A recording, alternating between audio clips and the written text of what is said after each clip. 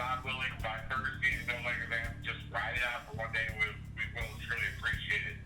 In the meantime, with me now, joining me now via telephone, are two Old Goats On Hogs, Mr. James Straw and Mr. Jeff Hughes. Jim, how you doing? Good. How about you? How's it going, brother? If I knew, I'd tell me, but I'm not allowed to talk to myself. That's my standard answer. Yeah, we're doing good.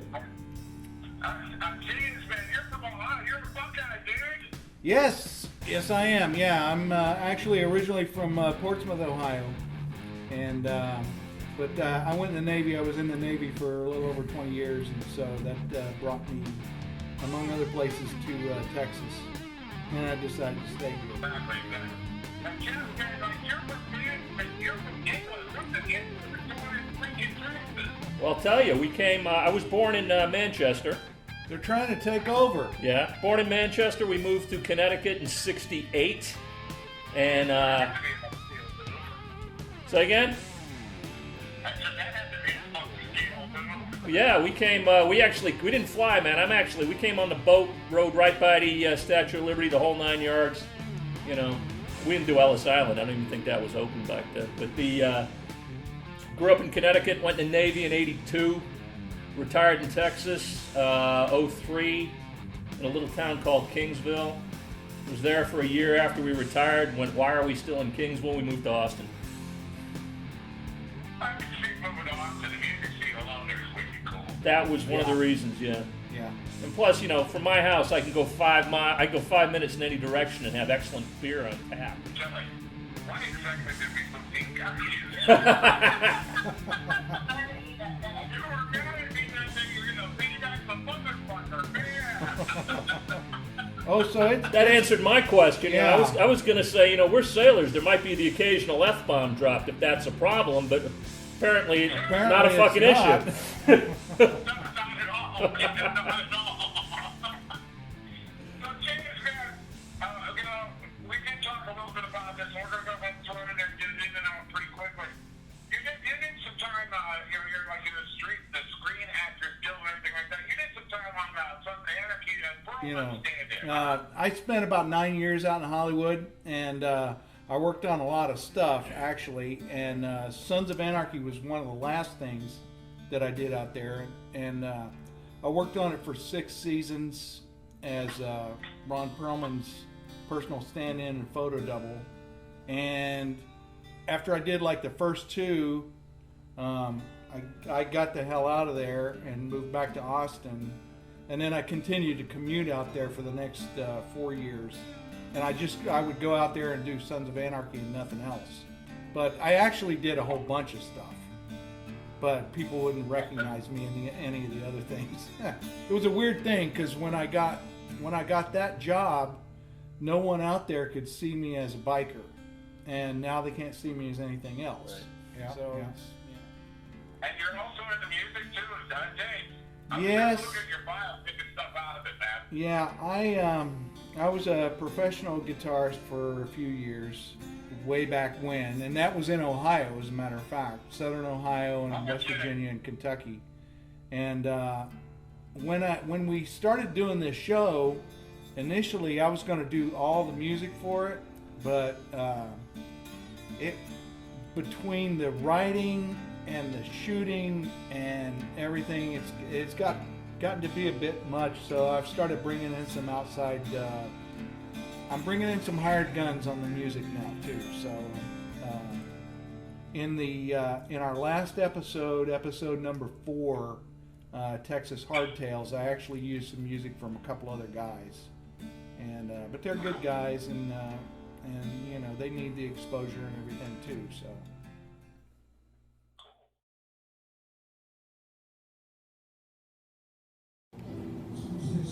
See those 2 old drunks over there? That's us in 10 years. It's a fucking mirror, you idiot. Voice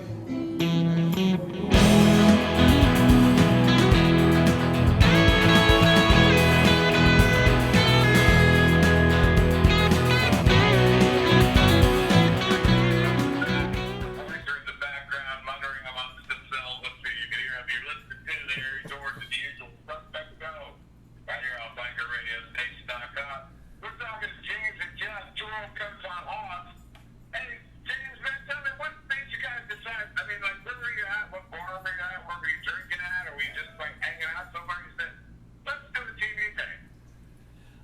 Yeah, as a matter of fact, I remember exactly where it was. We had gone on a ride out in East Texas, and we stopped in Bastrop at the Roadhouse for lunch.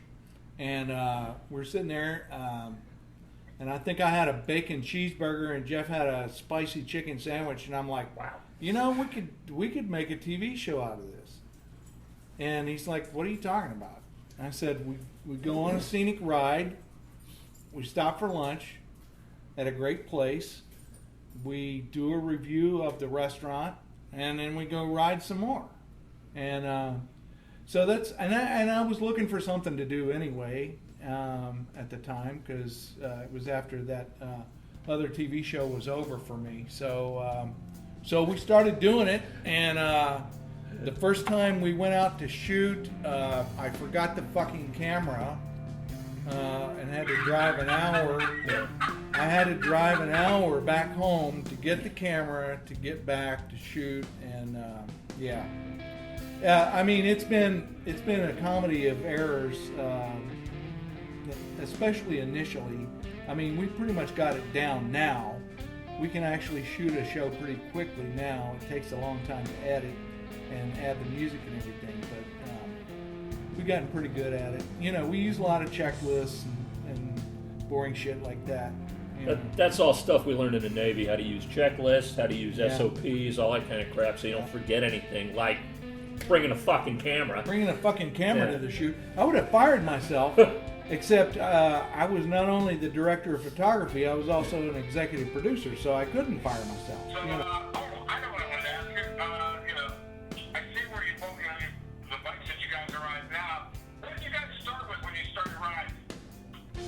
Oh, okay. Well, my riding history is kind of checkered. I rode mini bikes as a kid, and then went in the Navy, and then did not ride for a long time. You know how it goes. You get married, you have a kid, you got to wait till the kid grows up. I didn't actually get my first Harley until 2009, and that's what I'm riding now. I'm still on my first hog. You know, it's an 09 Deluxe. I have added because I needed something I could take long trips on. So I added the trunk, the bags, the windshield, you know, that kind of stuff. Put some speakers on it so I didn't have to listen to myself sing. Nobody should be subjected to that shit. No. You know, so I've got it pretty much set the way I want it. Nobody. What's Jeff all excited about now? I was just saying that I put speakers on my handlebars so I could listen to music. You know, Right. I don't have, and the only reason I did that was because before I was riding around listening to myself sing, and nobody should be subjected to that kind of shit, particularly me. Yeah. Yeah. So. I've been riding for a long time as well, probably since I was a teenager. You know, started out on mini bikes, although the first actual motorcycle I rode when I was about 16 was an Ultra Glide. And yeah, the saddle was so wide it gave me cramps in my hips, but it was a lot of fun. And I had back in the 80s, I had a 650 BSA chopper that I really liked. And but like Jeff, I mean, I sold it when I went in the Navy and didn't ride again for a long time. And it was, you know, I was working on some TV show, and I thought, man, I think I would like to do that again. And you know, the strange thing though is that I think I enjoy it more now, and I get more out of riding now, because I've actually had a lot of responsibility now, so I know what freedom is. Exactly. And when you're in your 20s, you have no concept of what responsibility is. No. So freedom, therefore, you don't really get that either. But I really get it now. Yeah. And man, I can't be without it now. No, no good. The official Irish whiskey of Two Old Goats on Hogs.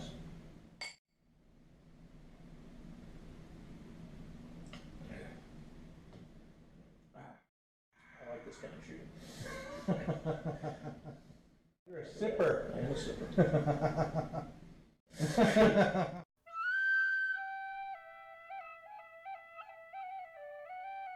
Me personally, I always wear a helmet because as an old ER nurse and an old Navy corpsman, I've seen what happens when skull meets pavement. It ain't pretty. Yeah. So that's why I wear a skid lid. But I'll never wear a full face because I don't like anything that close. You know, I didn't like gas masks when I was in the service either. So, you know. Yeah, I'm the same around you to ex-wives, man. You know, my old man is an Englishman. He's pushing 90, right? And when he lived in England, he used to ride a BSA. And I asked him once, I said, what does BSA stand for? And he said, bloody sore ass.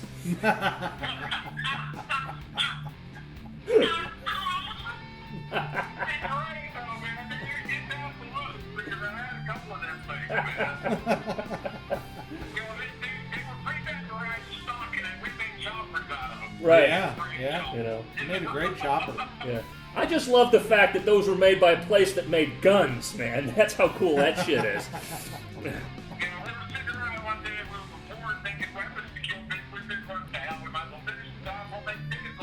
Yeah, there you go. Exactly.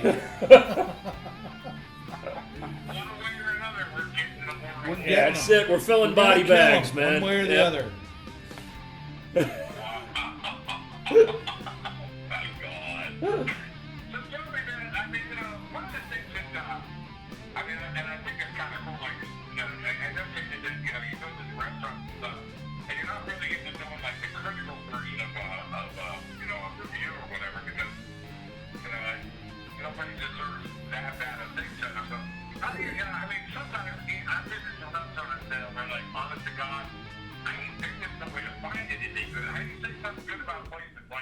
Well, the thing about it is, yeah, we decided when we decided to do this, we're like, we're just going to go to places that we've already been to that we like.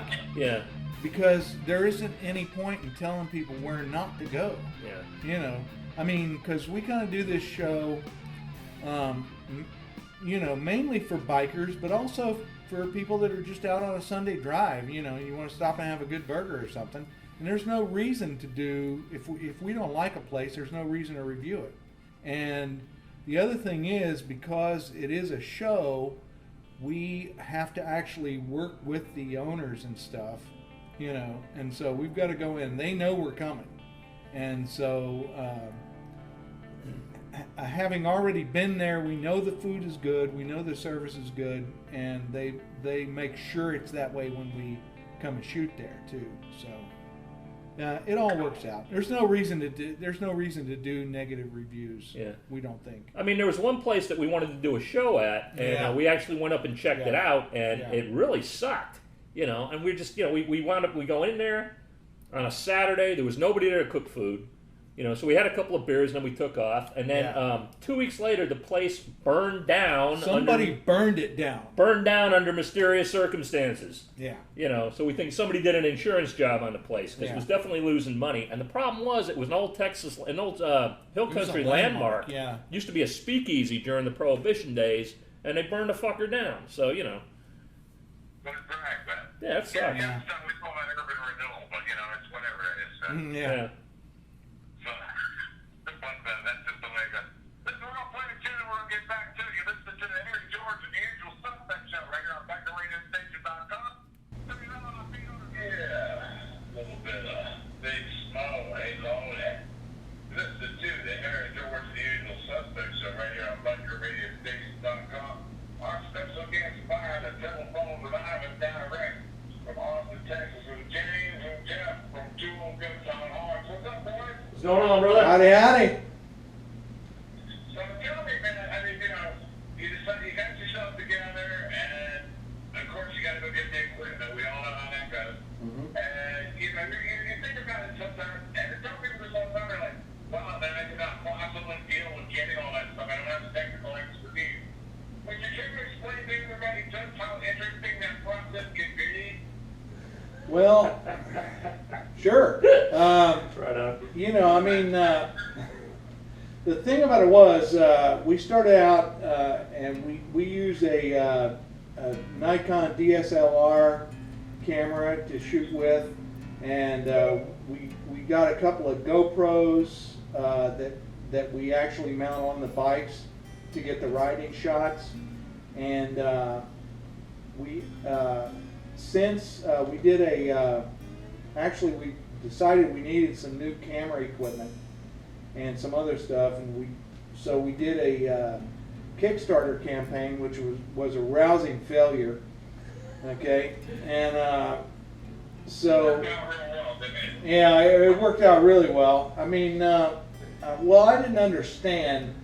You know, I mean, I'm new to this whole executive producer thing, you know, and so I didn't understand that most of the work for the Kickstarter campaign happens before the campaign starts. So, so anyway, we did do another fundraising campaign this last spring, which was successful, and we have actually bought another camera that we are actually shooting with right now. It's called a Zoom Q8. We're not getting paid anything from Zoom to say this, but it's a Zoom Q8. It's a camera that was developed especially for music videos. Okay, it's got enhanced sound capabilities. It's got stereo microphones on top of it, and it also has and it's also got enhanced low light capabilities. So that's one of the cameras that we're using now. So it's, you know, and it's been a real bitch putting this all together, because a lot of times we would have try and record separate audio. We decided we had to record separate audio, and then you get into the whole thing of synchronizing that with the video, and that was when we realized we had to have a slate. So you know, I mean, it's just it's been a real learning process, and you know, that is part of why I go back to my experience on the TV show that I worked on, because we get to these rough spots, and I would realize what I knew what we needed to do. I just didn't think that we needed to go that far, you know. And and so I'm like, well, shit, I know what we got to do. We have to record separate audio, and we're going to have to sync it with the video.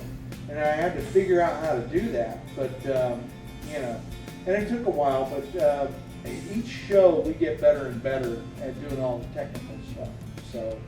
Well, that's the case too, man, because you end up running into, okay, I know software, like, I never thought I'd want to know what software is, but learning how to research it properly and define what you wanted to do, yeah, you know, to make what you're, because that's what you're doing, the same as everybody else who has a product they offer to the public. You want it to be the best product you can possibly offer, and you're getting entertainment. Yeah. You know, the same as we do up here, and we still have technical problems in the cases, because we are not a professional place. We don't have $45,000, $50,000 coming in and run everything. But well, we're trying. Yeah, we're trying to make our show look like, you know, a network show. We're trying to do that, and yeah, we have some technical difficulties from time to time, but, and limitations. You got some limitations too. You know, just from what we have, what we can afford. You know, this is, you know, shoestring budget is basically how it's defined. You know. No, it's no budget. Well, yeah, that's true. He's right. We have no budget whatsoever. You know. No budget. The thing that one of the things that Kelly and I we've always make everybody aware of, and that's the you know, the quality of the product produced, notwithstanding the equipment used to produce it, or the programs used to produce it. And in that respect, you gentlemen hit all the markers way up there, man. Congratulations. Oh, thank you very much. Yeah. Thank you. Oh, well. Oh, well. But you know, tell everybody where they can find your web page, your Facebook page, all that kind of stuff. Oh yes, on Facebook we are Two Old Goats on Hogs, and that's a number 2, not the word 2. It's a number 2, and they can also search on YouTube to see all of our episodes and our various commercials and videos that we've done, and on Twitter we're at 2OGOH2, and I think that's pretty much it. Cool. Yeah. Very cool. And as a side note, for those of you who all know that you can find almost anything you want to know about our show over at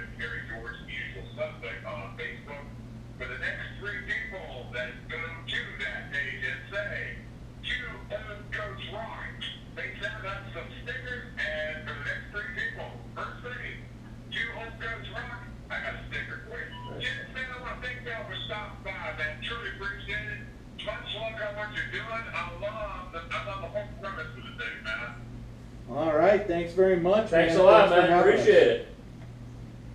Hey, you're listening to the Harry Jordan Usual Suspects over here on BunkerRadioStation.com. Here goes something for Gold Born, Angels and Demons. We will be back. Boom. Nice. Boom.